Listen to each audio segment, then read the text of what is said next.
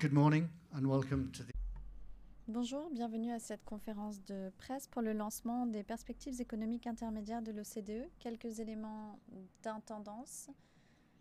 Si vous avez besoin d'interprétation, nous avons des casques dans la salle pour pouvoir écouter le français. Et pour ceux qui regardent sur OECD TV ou les journalistes sur Zoom, nous avons aussi l'interprétation.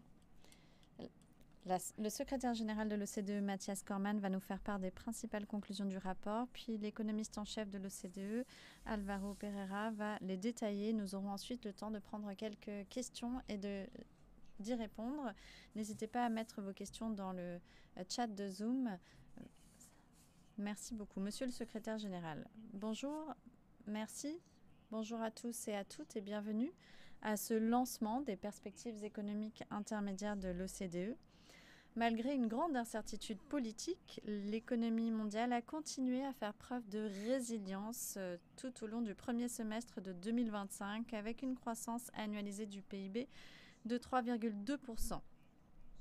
La croissance a été vigoureuse dans plusieurs économies de marché émergentes, dont le Brésil et l'Inde. L'activité commerciale, en particulier aux États-Unis, s'est accélérée avant les hausses attendues des droits de douane. Et les investissements liés à l'intelligence artificielle ont également stimulé la croissance aux États-Unis. Le soutien budgétaire de la Chine a compensé les vents contraires liés à la faiblesse des échanges et du marché immobilier. Néanmoins, pour la suite, les échanges et plusieurs autres indicateurs d'activité à haute fréquence laissent entrevoir un ralentissement. D'après nos analyses, à la fin du mois d'août, le taux moyen des droits de douane sur les importations de marchandises aux États-Unis était estimé à 19,5%, soit un niveau jamais atteint entre le milieu des années 1930 et 2024. Les effets de ces droits de douane se feront pleinement sentir à mesure que les entreprises épuisent les stocks qu'elles ont constitués en réponse aux annonces de droits de douane et que ces mêmes droits de douane plus élevés continuent de s'appliquer. Les indicateurs de l'activité nationale se sont dégradés ces derniers mois pour plusieurs économies. La production industrielle a diminué au Brésil, en Allemagne et en Corée, et la croissance des ventes au détail a diminué en Chine, dans la zone euro et aux États-Unis. Après avoir enregistré une croissance de 3,3% en 2024, nous projetons désormais une croissance du PIB mondial inférieure à 3,2% cette année et à 2,9% en 2026. Par rapport à nos dernières perspectives du mois de juin, ces projections sont en hausse de 0,3 points de pourcentage pour cette année et inchangées pour l'année prochaine. Parmi les pays de l'OCDE étudiés dans les présentes perspectives économiques intermédiaires, les révisions à la hausse les plus importantes concernent le Japon, le Mexique et la Turquie. Le recul attendu de la croissance mondiale en 2024-2026 s'explique en partie par le niveau élevé des obstacles aux échanges et l'incertitude liée à l'action publique qui, comme je le disais, devrait continuer de freiner l'investissement des entreprises et les échanges. L'inflation devrait refluer dans la plupart des économies du G20 sur fond de modération de la croissance et des marchés du travail. Selon nos projections, l'inflation globale dans les pays du G20 va décliner pour passer de 6,2% l'année dernière à 3,4% cette année, puis 2,9% l'année prochaine. Les États-Unis font figure d'exception puisque nous nous attendons à ce que les droits de douane fassent grimper l'inflation de 2,5% l'année dernière à 2,7% cette année, puis à 3% l'année prochaine. En termes de risques, et notamment ceux liés aux échanges, à l'inflation et aux marchés financiers, ces risques restent considérables. Une multiplication des obstacles aux échanges ou une incertitude de politique prolongée pourrait freiner la croissance en augmentant les coûts de production et en pesant sur l'investissement et la consommation. Les tensions inflationnistes pourraient réapparaître avec par exemple de nouvelles restrictions commerciales ou des tensions géopolitiques poussant les prix à la hausse. L'inflation des prix des biens dans les pays de l'OCDE s'est accélérée au cours de l'année dernière, notamment liée à l'inflation du coût des produits alimentaires et à celle des services qui reste élevée. La valorisation élevée des actifs, en particulier des valeurs technologiques et des cryptoactifs comme la Bitcoin, accentue la vulnérabilité des marchés financiers aux chocs négatifs. Côté positif, des mesures qui permettraient de réduire les obstacles aux échanges ou inverser la tendance de hausse des droits de douane pourraient améliorer la confiance et soutenir l'activité.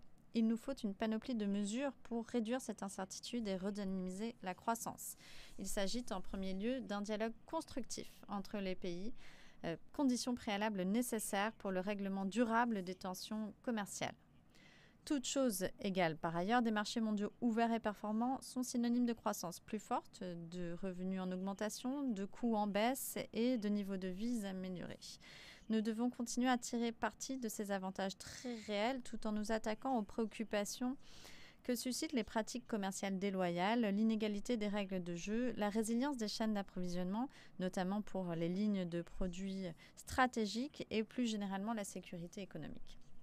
Nous conseillons vivement à tous les gouvernements, surtout aux démocraties de marché, de travailler ensemble au niveau bilatéral et multilatéral pour rendre nos accords commerciaux internationaux plus équitables et plus efficaces de manière à préserver les avantages économiques de marchés ouverts et d'un commerce international basé sur des règles. Deuxièmement, les banques centrales doivent demeurer vigilantes étant donné l'incertitude qui reste élevée. La politique monétaire doit réagir rapidement aux évolutions économiques ou financières susceptibles de menacer la stabilité des prix. Les baisses des taux directeurs doivent se poursuivre dans les économies où l'inflation devrait se modérer pour se rapprocher de la cible des banques centrales à condition que les anticipations d'inflation restent bien ancrées. Troisièmement, la discipline budgétaire est nécessaire pour préserver la viabilité de la dette à long terme, pour dégager des marges de manœuvre budgétaires pour faire face aux tensions structurelles sur les dépenses et pour faire face aux chocs. Les tensions grandissantes sur les dépenses, notamment dues au vieillissement de la population ou du besoin en matière de défense, interviennent à un moment où la dette publique dans la zone OCDE est à 112% du PIB, comparé à 73% en 2007. Le coût du service de la dette augmente à mesure que les titres d'emprunt à faible rendement arrivent à échéance et doivent être réémis à des taux plus élevés. Des examens systématiques et réguliers des dépenses, une meilleure pratique de passation des marchés publics, un recours accéléré aux technologies numériques et un meilleur ciblage des prestations sociales pourraient accroître l'efficacité des dépenses publiques et libérer des ressources pour plus d'opportunités et de croissance. Quatrièmement, des réformes structurelles ambitieuses sont nécessaires pour améliorer les perspectives de croissance à moyen et à long terme. Actuellement, la croissance potentielle du PIB par habitant dans la zone OCDE est estimée à 1,3% alors qu'elle était estimée à 2,4% dans les années 90. Pour libérer une croissance et un dynamisme plus vigoureux de l'économie, il faut stimuler la concurrence entre les entreprises, faciliter le développement des compétences et accroître l'investissement des entreprises, notamment dans l'IA et d'autres technologies numériques, ainsi que dans la recherche et le développement. L'investissement dans le numérique doit s'accélérer, notamment en Europe et au Japon, comparé aux États-Unis. Ainsi, au cours des 10 dernières années, l'investissement réel des entreprises dans les logiciels et les données a augmenté de 159% aux États-Unis contre seulement 55% en Europe et 8% au Japon. Nos estimations indiquent que même dans un scénario d'adoption lente, l'IA contribuera à 0,2 à 0,4 points de pourcentage de croissance annuelle de la productivité du travail dans les pays du G7 dans les 10 années à venir. Des politiques pour une adoption plus rapide de l'IA et des outils numériques complémentaires de l'IA, comme les logiciels, renforceraient ces gains de plus 0,7 à 0,9 points de pourcentage supplémentaires. Pour conclure, si l'économie mondiale est restée résiliente jusqu'à présent, les signes de ralentissement de l'activité soulignent l'importance de la coopération multilatérale en matière d'échanges commerciaux, d'une politique monétaire vigilante, de discipline budgétaire et de réformes structurelles ambitieuses. En agissant de manière déterminée, les pouvoirs publics peuvent agir pour réduire les risques, renforcer la résilience et, en fin de compte, garantir une hausse durable des niveaux de vie. Je vous remercie et sur ce, je donne la parole à notre chef économiste, M. Alvaro Pereira, pour qu'il présente le détail de nos analyses. Merci beaucoup, Monsieur le Secrétaire Général. Bonjour à toutes et à tous. J'aimerais commencer par remercier toute mon équipe, la Front Office, l'équipe PRB et toutes et tous les spécialistes pays. Le sujet principal de cette présentation et comment accompagner les pays à trouver le bon équilibre dans ces temps incertains. Je vais commencer par vous faire une présentation des chiffres globaux et ensuite j'entrerai dans le détail des risques et des principales tendances. Alors, quels sont les indicateurs de l'activité? Comme vous le voyez ici sur ce graphique, ces derniers mois, l'activité mondiale a été plutôt résiliente.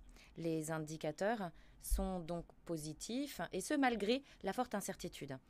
Mais vous avez en contrepartie, et ça ressort clairement de ce graphique, beaucoup d'entreprises, surtout au premier trimestre, ont avancé et accéléré beaucoup de leurs activités commerciales et d'échanges internationaux avant l'entrée en vigueur des droits de douane. Il y a eu un ajustement après coup, avec une accumulation des stocks et des réserves, un accroissement de l'inventaire qui a ensuite été utilisé pour surmonter les difficultés liées à l'entrée en vigueur des droits de douane. Et sur ce graphique, et j'aimerais attirer votre attention particulièrement sur celui-ci, puisqu'il nous montre ce qui est en train de se produire aujourd'hui pour ce qui est des droits de douane effectifs aux États-Unis, et ces dernières années. Vous avez en bleu, sur la droite du graphique, le taux effectif. Ce sont les annonces politiques et les chiffres contenus dans les textes législatifs. Et en vert, c'est ce que vous avez, vous avez les droits de douane en part de la valeur des importations. Vous voyez que l'écart se creuse entre ces deux lignes. Qu'est-ce que ça signifie? Ça signifie que le plein effet total et entier des droits de douane ne s'est pas encore répercuté dans l'activité économique mondiale, que ce soit en termes de prix, d'inflation ou de création d'emplois. Tous ces éléments seront lourdement touchés lorsque les droits de douane auront fait sentir leurs pleins effets, et il y aura une convergence de ces graphiques, de ces deux courbes. Autre point important, l'assouplissement des marchés du travail. Les tensions se réduisent. Dans certains pays, le dynamisme des marchés du travail a connu un petit rebond. Peut-être vous souvenez-vous, il y a quelques mois, ou il y a 12-24 mois, nous avions des craintes concernant les pénuries de main-d'œuvre graves dans certains pays. En d'autres termes, les taux d'emploi vacants étaient extrêmement élevés et on parlait d'un marché de l'emploi très tendu. On voit sur ces courbes que, de toute évidence, ces tensions se sont allégées pour un grand nombre de pays. Les marchés du travail sont désormais assouplis et, pour certains pays, ont même traversé une phase de dégradation. Alors, que nous disent tous ces chiffres en termes de nouvelles projections de l'OCDE? Eh bien, essentiellement, ces projections sont restées stables. Comme l'a rappelé le secrétaire général, nos perspectives de croissance sont de 3,2% pour cette année au niveau mondial, 2,9% pour l'année prochaine.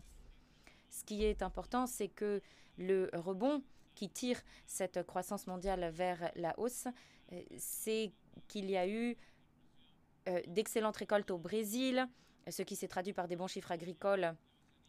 Il y a eu aussi une utilisation accrue des déflateurs, il y a eu des investissements massifs en Asie. Tout ceci, cumulé à l'accélération des échanges commerciaux au début d'année, se traduit par une amélioration des chiffres. Mais dans les mois qui viennent, comme le secrétaire général et comme je l'ai dit, et comme je l'ai dit au début de ma présentation, il y aura un ralentissement des échanges, ce qui va avoir des répercussions sur le dynamisme de l'activité et cela explique un ralentissement de la croissance et une baisse des chiffres pour 2026, notamment aux États-Unis. Vous voyez que les perspectives de croissance passent de 2,8 l'année dernière à 1,8 cette année, 1,5 l'année prochaine. Bon, ces chiffres restent tout de même assez élevés, parce qu'il y a d'autres facteurs qui permettent à l'économie de rester performante. Pour le reste du monde, dans la zone euro, ça tourne autour de 1%, avec une petite hausse en Allemagne en raison de la hausse des dépenses militaires et de l'infrastructure. Pour les autres pays comme la France, la croissance devrait atteindre 0,6% cette année, 0,9% l'année prochaine.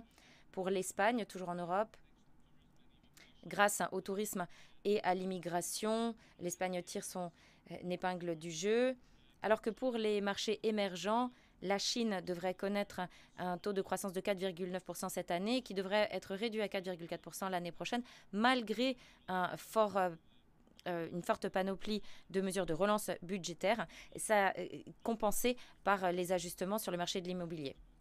Dans les autres pays asiatiques, la croissance reste toujours forte, Mais globalement, nos perspectives de l'année dernière ou d'il y a 3 mois restent plutôt stables avec quelques exceptions que j'ai évoquées liées à des chocs très particuliers. Si on regarde maintenant l'inflation, celle-ci évolue dans la direction attendue avec une ou deux exceptions. Le secrétaire général vient de nous dire que nos perspectives pour l'inflation aux États-Unis sont un petit peu plus basses que ceux que nous avions prédits il y a 3 mois. Ça s'explique principalement par cet écart entre les courbes des droits de douane effectifs et réels, puisque leur effet n'a pas encore été pleinement traduit dans les calculs et dans les chiffres des entreprises, mais ces effets se feront pleinement sentir l'année prochaine, ce qui va avoir des impacts sur l'inflation. Pour les autres pays, les cibles d'inflation devraient être pratiquement atteintes pour l'essentiel des pays. Alors, quels sont les risques maintenant principaux qui pèsent sur ces prévisions et ces perspectives? Alors, premièrement, la dette publique. J'y reviendrai de manière plus détaillée ultérieurement. Et les pressions sur la dépense ne cessent de s'aggraver dans la plupart des pays, en raison des coûts de vieillissement de la population, les grandes transitions et aussi la dépense budgétaire, tout simplement. En d'autres termes, la pression s'accentue sur la dépense publique et donc les risques budgétaires sur les pays s'aggravent. Comme vous le voyez d'ailleurs, les rendements des obligations évoluent de manière assez négative. Nous suivons aussi de près un autre indicateur, les risques liés à la stabilité financière, la valorisation des actifs, et ça fait des mois qu'on en parle, est historiquement élevée sur beaucoup de marchés, surtout pour ce qui est de la mesure de la valeur des titres de beaucoup d'entreprises du numérique. Vous avez ici les Magnificent Seven, donc les 7 magnifiques, qui ont connu un doublement du cours de leurs actions ces 2 dernières années. Et puis vous avez aussi un doublement du cours de l'or, sans oublier les cryptoactifs qui ont connu une forte hausse de leur valeur. Le Bitcoin a connu un quadruplement de son cours, sans oublier les autres cryptoactifs. En cas de choc négatif, ceci risque de se traduire par une nouvelle pratique de prix, ce qui impacterait lourdement la stabilité financière. Un autre risque que nous avons identifié, toujours autour de l'inflation. Alors, l'inflation des prix des services reste persistante dans beaucoup de pays dans le monde, mais l'inflation des prix des biens a entamé une baisse. Pas massive encore, mais tout de même marquée. Il reste néanmoins une inflation forte pour les prix de l'alimentaire. Au Japon, les prix du riz ont connu une forte augmentation, 8% au total pour les prix de l'alimentaire. Brésil, Afrique du Sud, Grande-Bretagne, il y a eu une hausse de l'inflation des prix alimentaires, ce qui va se transposer à l'inflation des prix des biens à terme et donc se traduire par une hausse de l'inflation globale. Sans oublier la question de la dette, je vous avais dit que j'y reviendrai. Comme notre rapport mondial sur la dette l'a dit récemment, il y a beaucoup de dettes, de titres de dette qui arrivent à maturité ces prochaines années. En violet, vous avez les pays à faible revenu qui vont devoir passer par une phase de refinancement rapide sous 2 ou 3 ans. Alors que pour les autres pays, revenus intermédiaires et revenus élevés, l'échéance est plus longue. Cette phase de refinancement risque d'être extrêmement difficile, surtout pour les pays qui sont très lourdement endettés. Donc ceci risque de créer des bouleversements. Qu'en est-il des politiques publiques? Comme le secrétaire général l'a déjà évoqué, le point principal concerne les échanges commerciaux. Les ratios échanges sur PIB se sont stabilisés ces dernières années et c'est très important de noter que les échanges internationaux restent un moteur très fort de la croissance. Il est donc indispensable que les pays continuent à négocier, à réduire les obstacles au commerce et à dissiper les tensions commerciales. Ensuite, pour la politique monétaire, les autorités de politique monétaire doivent rester très vigilantes, puisque l'inflation des prix des services reste persistante, l'inflation des prix des biens devrait remonter, et si les attentes de l'inflation restent peut-être stables, au Japon, il y a quand même quelques risques de soubresauts. Ce qui reste essentiel, c'est que les autorités de la politique monétaire doivent rester vigilantes et surtout indépendantes. Et puis vous avez aussi ce graphique que nous avons déjà montré à plusieurs reprises. C'est le ratio dette sur PIB avec la comparaison 2007 et 2025. Ce qui est frappant, c'est qu'à une ou deux toutes petites exceptions près, vous avez une hausse massive de l'endettement, surtout pour les pays émergents, les pays en développement, qui ne figurent pas sur ce graphique, mais la tendance est la même. C'est le résultat de la hausse des pressions budgétaires en raison des coûts de la transition, coûts de la défense militaire et coûts des transitions. Donc il est important que cette trajectoire de l'endettement bascule vers une baisse. Autrement, les pays risquent de se trouver dans une situation extrêmement difficile en termes de refinancement ou de soutenabilité de la dette. Il ne faut pas oublier non plus un des changements majeurs récents dans l'économie mondiale et surtout aux États-Unis, c'est le pic des investissements. D'ailleurs, dans nos perspectives économiques d'il y a 3 mois, nous avons beaucoup parlé de l'investissement. C'était la thématique spéciale. L'investissement est extrêmement performant aux États-Unis, bien plus que dans le reste du monde. Vous voyez qu'il y a un écart qui se creuse entre les États-Unis et les autres pays qui sont bien moins performants sur l'investissement. Alors, nous avons essayé de comprendre quelles étaient les causes sous-jacentes. Eh bien, c'est essentiellement lié à l'écart entre les investissements dans le numérique aux États-Unis et dans d'autres pays. D'ailleurs, dans quelques mois, nous allons réaliser le lancement d'un prochain rapport qui rentre dans le détail de ces investissements liés au numérique. Justement, si on veut être plus précis, les investissements aux États-Unis en termes de recherche, développement, technologie d'information et de la communication, informatique, données, logiciels, ces investissements explosent, surtout en comparaison aux autres pays en Europe ou au Japon. Les États-Unis donc, ont plusieurs longueurs d'avance, que ce soit sur l'intelligence artificielle ou sur le numérique de manière générale par rapport à tous les autres pays. Et puis vous avez en bleu les investissements dans les machines et l'équipement industriel, dont les chiffres ne sont pas bons aux États-Unis, surtout en comparaison avec l'Europe et le Japon, mais c'est largement compensé par l'excellente performance des investissements dans le numérique. Mais il faut néanmoins noter que pour que ces investissements se traduisent en gains économiques, en bénéfices, il faut que ces technologies soient adossées à un système énergétique fort, puissant et fiable. Ici, vous avez les données de l'AIE avec le scénario de base en bleu. En rouge, le scénario où l'efficacité énergétique augmente et en orange, avec une forte hausse du recours à l'intelligence artificielle, la demande en énergie va croître très fortement. Si l'IA est déployée et diffusée de plus en plus rapidement, la hausse de la demande en électricité va exploser.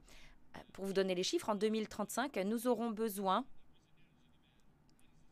de satisfaire une hausse de la demande en électricité qui est équivalente à la demande actuelle de l'ensemble de l'Inde aujourd'hui en électricité.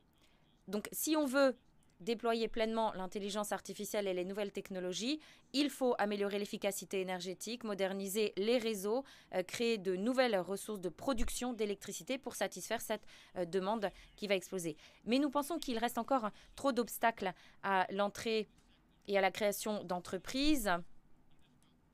La concurrence est très insatisfaisante dans beaucoup de secteurs en raison de ces barrières à l'entrée liées à la réglementation du marché des produits et nos indicateurs le montrent. Ainsi, le plein potentiel de l'intelligence artificielle n'est pas totalement réalisé. Autre point important qui est indispensable si on veut continuer à investir dans l'intelligence artificielle, c'est d'avoir les compétences nécessaires. Il y a des pénuries de compétences dans beaucoup de pays. Ce que ce graphique nous montre, c'est qu'aux États-Unis, par exemple, et en Allemagne, entre 30 et 40% des entreprises ont énormément de mal à recruter les personnes compétentes en informatique. Si on veut une diffusion plus rapide et plus vaste de l'intelligence artificielle, il faut avoir les personnes compétentes. Mais s'il y a des pénuries de main-d'œuvre, que peut-on faire? Eh bien, former, reconvertir, attirer davantage de personnes immigrées qualifiées et investir massivement pour réduire ces pénuries de main-d'œuvre. Enfin, quelles sont les conséquences de tous ces éléments? Comme le secrétaire général l'a déjà présenté, d'après notre modèle, l'impact d'une diffusion rapide de l'intelligence artificielle pourrait être extrêmement puissant. Vous voyez à gauche les pays avancés, ce qui devrait se produire en cas d'absence de réformes structurelles. Donc c'est ce que vous avez en bleu. 0 réforme structurelle pour doper la concurrence ou la productivité. Et si l'adoption de l'intelligence artificielle est trop lente, la croissance potentielle de la production va certes augmenter, mais très peu dans les 25 prochaines années. Mais si les pays réalisent les réformes structurelles préconisées par l'OCDE depuis des années, et si nous sommes capables de satisfaire les conditions nécessaires pour diffuser largement et rapidement l'intelligence artificielle, vous voyez qu'il y aura des hausses de productivité, des hausses de potentiel de production, et donc la croissance va s'accélérer. C'est vrai aussi pour les pays émergents. Vous le voyez à droite, et c'est pourquoi nous espérons que tous les pays feront ce qu'il faut pour mettre en place les réformes structurelles nécessaires et investir massivement pour permettre un déploiement, une diffusion plus rapide et plus large de l'intelligence artificielle. En conclusion, nos messages principaux sont les suivants. Nous pensons qu'il est essentiel de rappeler que malgré l'incertitude prégnante, nous sommes conscients que l'économie mondiale reste assez résiliente en raison de l'accélération au premier trimestre des échanges internationaux et parce que l'investissement, la consommation continuent à être performantes dans beaucoup de pays. Néanmoins, pour l'avenir, nous pensons que les pays doivent continuer à réduire les obstacles au commerce et les tensions commerciales. La politique monétaire doit rester très prudente. La discipline, l'assainissement budgétaire sont absolument cruciaux et comme nous le disons systématiquement, les réformes structurelles sont incontournables si on veut assurer la prospérité et l'amélioration des conditions de vie pour tous et toutes. Merci. Nous allons maintenant passer aux questions. Nous avons plusieurs questions qui portent sur l'investissement des entreprises, surtout dans le numérique et le décalage entre les États-Unis, l'Europe et le Japon. Quel est l'impact sur l'amélioration de la productivité de ce décalage et que peuvent faire l'Europe et le Japon pour réduire ce décalage? Un investissement plus élevé signifiera une plus forte croissance de la productivité, alors qu'un investissement inférieur veut dire que l'écart entre les États-Unis d'un côté et l'Europe et le Japon de l'autre va continuer à se creuser. Ce que nous disons très clairement à l'Europe, c'est que 55%, il me semble que c'est le chiffre de l'investissement, et le Japon à 8%, il est grand temps d'accélérer cet investissement si vous voulez rester compétitif au niveau international et prendre appui sur toutes les opportunités positives, des effets positifs sur la productivité d'une plus grande diffusion de l'IA. Merci. Nous avons une question de Matt Cranston de The Australian. C'est très spécifique, qui demande pourquoi l'OCDE a légèrement revu à la hausse ses prévisions d'inflation pour l'inflation sous-jacente et globale de l'Australie. Alors, ce n'est qu'une toute petite révision à la hausse. Ce qui est important dans le cas de l'Australie, puisque l'Australie reste sur la cible, sur la fourchette cible, nous pensons que cela va se maintenir dans les mois à venir. Et non seulement cela, nous pensons que l'économie australienne va avoir une reprise de la croissance qui va s'accentuer. Nous n'avons pas de vraies préoccupations sur cette petite révision à la hausse que nous avons vue pour d'autres pays aussi.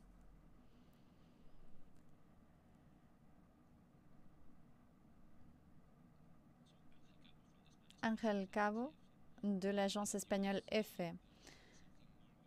Pouvez-vous nous en dire un peu plus sur cette affirmation que les valeurs des actifs technologiques sont assez élevées dans de nombreux pays et en même temps, vous nous dites qu'il faut plus d'investissements, surtout en Europe et au Japon, dans ces industries. N'y a-t-il pas là une contradiction? Vous dites d'un côté, l'investissement dans ces secteurs est nécessaire, puisque cela permettra plus de productivité. Et en même temps, vous dites qu'il y a des valorisations déjà élevées sur le marché de ces industries. Et j'ai une autre question aussi sur les implications des droits de douane de l'administration Trump. Vous avez dit que les grands perdants, ce seront les États-Unis, le Mexique et le Canada. Pensez-vous que ce seront les grands perdants à moyen et à long terme et au contraire, qui seront les grands gagnants de ces droits de douane de l'administration Trump. Pour les valorisations élevées et l'investissement dans le numérique, nous parlons de ces valorisations élevées depuis quelques mois déjà. Si on compare les valorisations et les valeurs historiques, c'est vrai que ce qu'on voit aujourd'hui est élevé. Ce que nous disons, c'est que c'est possible que le rendement que le marché pense obtenir ne se concrétise pas. Nous disons que c'est une possibilité. Mais c'est essentiel de dire dans le même temps que l'une des grandes évolutions que nous voyons aujourd'hui, c'est la diffusion de la dite nouvelle technologie générale qui est l'intelligence artificielle liée à l'informatique et à l'Internet qui devrait impliquer une restructuration, une réorganisation de nos pratiques de travail, de la façon dont fonctionnent nos économies, mais aussi de la façon dont fonctionne le monde du travail. Nous pensons donc qu'il faut beaucoup plus d'investissements parce que nous le savons et nous l'avons estimé. Nous savons que l'impact sur la productivité va être considérable. Comme l'a dit le secrétaire général, il y a une corrélation très forte entre l'investissement et la productivité, donc plus d'investissements dans ce domaine qui, pour nous, devrait entraîner une forte croissance de la productivité. Donc il n'y a pas de contradiction. Nous savons simplement que pour l'économie réelle, il faut beaucoup plus d'investissements, pas seulement pour les États-Unis, l'Europe, le Japon, mais aussi pour le reste du monde. Les pays en développement peuvent aussi essayer de rattraper plus vite s'ils font un saut technologique sur le numérique. Je vais vous donner un exemple intéressant, c'est celui de l'Inde. L'Inde a passé plusieurs étapes d'un coup sur la diffusion des technologies avec une adoption très enthousiaste de ces technologies numériques et une initiative volontariste du gouvernement en termes d'inclusion financière ou d'autres. Nous pensons que cela peut aussi avoir un impact important pour les pays en développement. Sur votre deuxième question, sur les implications des droits de douane, nous avions estimé que l'impact se ferait sentir fortement aux États-Unis, au Canada et au Mexique pour la raison très simple que ces pays ont une très forte intégration de leurs économies et que ces estimations montrent qu'elles seront touchées par un peu plus d'inflation et un peu moins de croissance. Ce qu'il faut dire, c'est que dans les mois à venir, ces pays sont en train d'avoir un dialogue soutenu. Et dans les prochains mois, ce qui est important, c'est que ce dialogue débouche sur de nouveaux accords commerciaux avec de moindres obstacles pour plus de croissance. Et c'est le message qu'il faut retenir.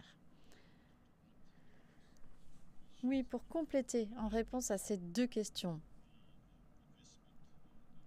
Sur la question de l'investissement qui stimule la productivité, notamment l'investissement dans les logiciels et les données, là, nous nous basons sur des données.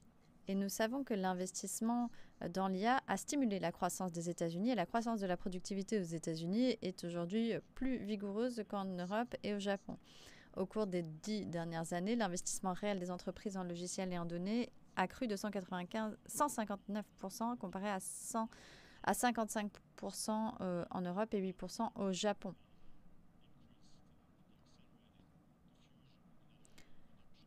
L'accélération de la diffusion et de l'adoption de l'intelligence artificielle va avoir un effet amplificateur de la productivité puisque plus on investit, plus on peut optimiser cet effet d'amplification de la croissance de la productivité et c'est ce qu'indiquent les données pour les États-Unis où ça a cet effet. Et l'Europe et le Japon pourraient envisager d'en faire de même. Mais ce n'est pas que l'investissement, c'est aussi la question des compétences car il faut ensuite s'assurer d'avoir le capital humain compétent pour reprendre et intégrer tout cela. Sur la question des effets à moyen et à long terme des droits de douane, ce que nous affirmons, c'est que le mieux pour l'économie mondiale et pour toutes les économies du monde serait qu'il y ait un règlement durable de tous les différends commerciaux. Et tout effort qui rendra les accords commerciaux internationaux plus justes et plus efficaces à la lumière des préoccupations identifiées devrait se faire d'une manière qui permette de préserver les intérêts économiques des marchés ouverts et des échanges internationaux basés sur des règles, ce qui exige du dialogue, du bilatéral, du multilatéral, de la coopération pour trouver le meilleur moyen d'avancer. En fin de compte, personne ne gagne dans une guerre commerciale qui dure. Il n'y a que des perdants. Or, les marchés ouverts et des échanges commerciaux internationaux basés sur des règles posent les conditions d'une croissance durable, d'une augmentation des revenus, d'une baisse des coûts et de meilleures conditions de vie, ce qui est en dernière instance ce que nous préconisons pour les pays qui doivent travailler pour le bien-être et le bénéfice de leur population. Nous avons une question de Tim Wallace du Daily Telegraph au Royaume-Uni qui demande s'il y a un risque de stagflation au Royaume-Uni. Alors la croissance va reprendre un peu plus fortement que ce que nous avions anticipé. L'inflation a été un peu plus élevée qu'en Europe, mais nous pensons que celle-ci va baisser. Et comme l'inflation va baisser, la croissance sera autour du potentiel. En tout cas, c'est notre hypothèse et nous n'avons pas d'hypothèse de stagflation. Nous avons une question de l'Italie. Quel est le message principal pour l'Italie aujourd'hui dans le contrôle des dépenses publiques, des finances publiques et pour relancer la croissance? Pour les dépenses publiques, il faut dire qu'Italie est mieux positionnée qu'elle ne l'était il y a quelques années. Or, il faut continuer et poursuivre cet effort puisque le niveau de dépenses reste élevé. Et pas seulement maintenant, mais au cours des années qui vont suivre, il faut s'efforcer de réduire la dette. Pourquoi est-ce que c'est important de réduire la dette quand il y a un niveau d'endettement élevé? D'abord, s'il y a un niveau d'endettement élevé, on dépense beaucoup sur l'intérêt de la dette. Donc, plutôt que de dépenser sur l'éducation, la sécurité sociale ou autre, on paye des intérêts. Deuxièmement, des niveaux d'endettement très élevés constituent une vulnérabilité en temps de crise.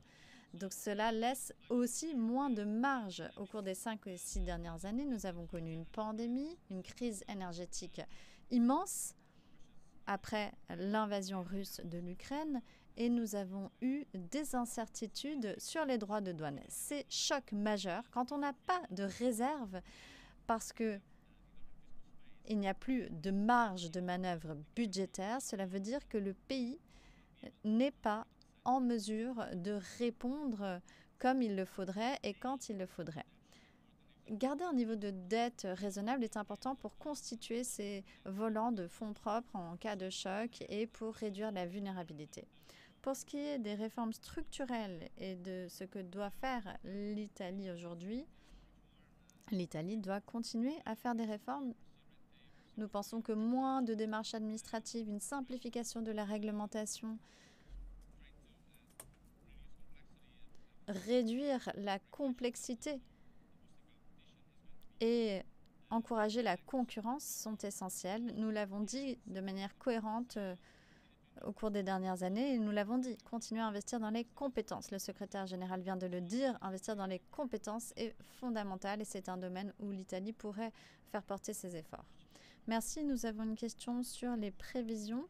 Pourquoi est-ce que le taux de croissance de 2026 est à 2,9% pour la croissance mondiale? Si l'investissement initial finit en 2025, alors les prévisions de 2026 devraient être revues à la baisse. Est-ce que c'est lié au gain des entreprises, à un investissement dynamique?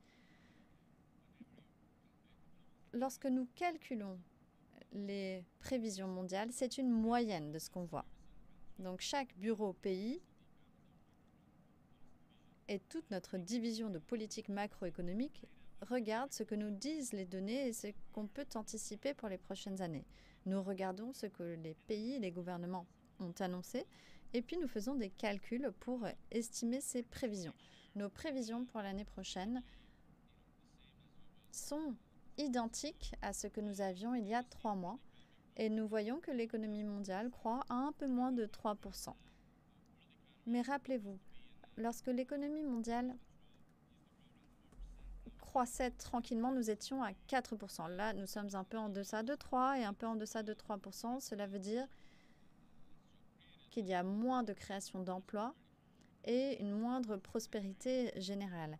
Donc nous pensons que c'est important de continuer à faire les réformes et trouver le bon équilibre de l'action publique pour relever ce défi. Et nous avons une dernière question de Richard Yu des Échos qui demande si vous pensez que les principaux messages des organisations multilatérales telles que l'OCDE sont entendus par les gouvernements du monde entier. Est-ce que vos voix se font entendre?